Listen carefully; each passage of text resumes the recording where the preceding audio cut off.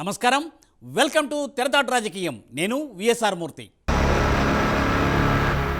మొన్నటి వరకు ఆ ఇరువురు నేతలు బద్ధశత్రువుల్లా ఒకరిపై ఒకరు బురద జల్లుకున్నారు. నువ్వెంతంటే నువ్వెంత అంటూ బస్తీమే సవాల్ అనుకున్నారు. సీన్ కట్ చేస్తే ఇప్పుడు ఆ ఇద్దరి నేతలు ఒకటవాల్సిన పరిస్థితి వచ్చింది. ఒకరి విజయానికి మరొకరు సహకారం అందించుకోవాల్సిన పరిస్థితులు ఏర్పడ్డాయట. ఇద్దరి మధ్య మమకారాలు పెరిగిపోయాయి. బండబూతులు తిట్టుకున్న ఈ నేతలు ఒక్కటయ్యారు. ఇప్పుడు ఇదంతా చూస్తున్న ప్రజలు మాత్రం ఆశ్చర్యంగా నోరెళ్లబెడుతున్నారట. ఇంతకు ఎవరు ఆ నేతలు, ఆ నియోజకవర్గం ఏంటి?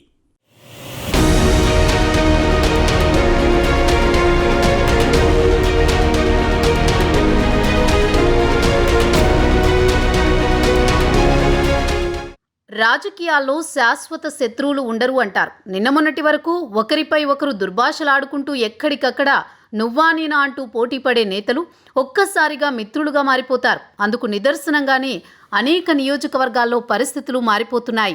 ప్రత్యేకించి ఉమ్మడి నెల్లూరు జిల్లాలో ఆ నియోజకవర్గంలో బద్ధశత్రువులుగా ఒకరిపై ఒకరు ఆరోపణలు చేసుకున్న నేతలు ఇప్పుడు ఒకరి గెలుపు కోసం మరొకరు పనిచేయాల్సిన పరిస్థితులు తలెత్తాయి. ఉమ్మడి నెల్లూరు జిల్లా గూడూరు నియోజకవర్గంలో ఇలాంటి పరిస్థితి నెలకొంది. 2014 ఎన్నికల్లో వైసీపీ నుంచి గూడూరు ఎమ్మెల్యేగా పాసిం సునీల్ కుమార్, తిరుపతి పార్లమెంటు సభ్యుడిగా వెలగపూడి వరప్రసాదరావు పోటీ చేసి గెలుపొందారు. సునీల్ కుమార్ టీడీపీ గూటికి చేరిపోయారు.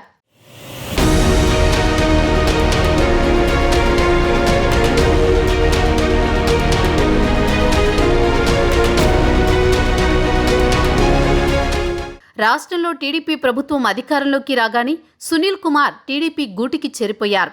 సీన్ కట్ చేస్తే 2019 ఎన్నికల్లో సునీల్ టీడీపీ నుంచి ఎమ్మెల్యే అభ్యర్థిగా, ఎంపీ వరప్రసాదరావు వైసీపీ నుంచి ఎమ్మెల్యే అభ్యర్థిగా పోటీ చేశారు. వరప్రసాదరావు గెలుపొందారు. ఈ 5 ఏళ్ల పాటు ఒకరిపై ఒకరు ఆరోపణలు ప్రత్యారోపణలు చేసుకున్నారు. నియోజకవర్గంలో గ్రావెల్, సిలికా వంటి సహజ వనరులతో పాటుగా ప్రతి పనిలోనూ కమిషన్లు తీసుకుంటున్నారంటూ వరప్రసాదరావుపై టీడీపీ అనేక విమర్శలు చేసింది. వాస్తవానికి వైసీపీకి కంచుకోటైన గూడూరులో వరప్రసాదరావు వల్ల ఆ పార్టీకి తీవ్ర నష్టం వాటిల్లిందని క్రింది స్థాయి నేతలు ఆరోపిస్తున్నారు. ఆయనపై వైసీపీ అధిష్టానానికి ప్రతిరోజు ఫిర్యాదులు వెల్లువలా వెళ్లాయి. ఏకంగా వరప్రసాదరావు చేస్తున్న అవినీతిపై రాష్ట్ర ప్రభుత్వమే అంతర్గతంగా ఓ అధికారి ద్వారా విచారణ చేసినట్టు సమాచారం.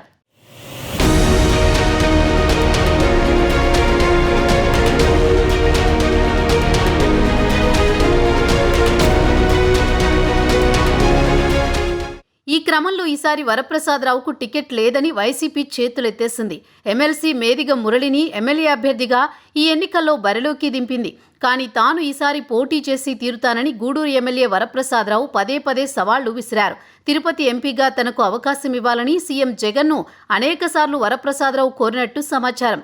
వైసీపీ టికెట్ లేదని వరప్రసాదరావుకు చెప్పడంతో పార్టీ మారేందుకు ఆయన గతంలో నిర్ణయం తీసుకున్నారు. జనసేన అధినేత పవన్ కళ్యాణ్ని కలిసి పార్టీలోకి వస్తానని చెప్పారు. సీన్ కట్ చేస్తే టీడీపీ, జనసేన, బీజేపీ కూటమిగా ఏర్పడడం వరప్రసాదరావుకు కలిసి వచ్చింది. మాజీ ఐఏఎస్ అధికారి కావడంతో ఢిల్లీలో ఉన్న తన సన్నిహిత ఐఏఎస్ల ద్వారా బీజేపీ అధిష్టానాన్ని కలిసి కమలం పార్టీలో చేరిపోయారు. బీజేపీ సైతం వరప్రసాదరావుని పార్టీలోకి చేర్చుకున్న 4-5 రోజులకే కూటమి తరపున తిరుపతి ఎంపీ అభ్యర్థిగా తెరపైకి తెచ్చింది. ఇంతవరకు అంతా బాగానే ఉన్నా వరప్రసాదరావు రాకను గూడూరులో టీడీపీ కొంత వ్యతిరేకిస్తున్నట్లు సమాచారం. గతంలో ఆయనపై ఉన్న అవినీతి ఆరోపణలు, కార్యకర్తలతో తరచూ విభేదాలపై టీడీపీ నేతలు తలలు పట్టుకుంటున్నారు. మిత్రపక్షమైన బీజేపీలో ఆయన చేరడం, ఆయనకు ఎంపీ సీట్ను ఇవ్వడంతో ఆయన్ని గెలిపించేందుకు టీడీపీ సిద్ధమైంది.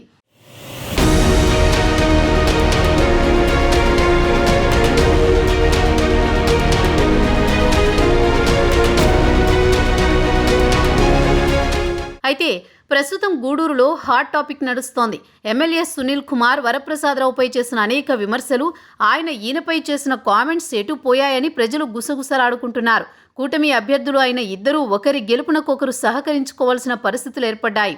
గూడూరు నియోజకవర్గంలో ఎమ్మెల్యే అభ్యర్థి సునీల్ కుమార్కు కొంత పాజిటివ్ పరిస్థితులే కనిపిస్తున్నాయని పొలిటికల్ విశ్లేషకులు చెబుతున్నారు. ఈ క్రమంలో వరప్రసాదరావు ఎఫెక్ట్ గూడూరు నియోజకవర్గంలో పడుతుందా అనే ఆలోచనలో కూడా టీడీపీ శ్రేణులున్నాయి.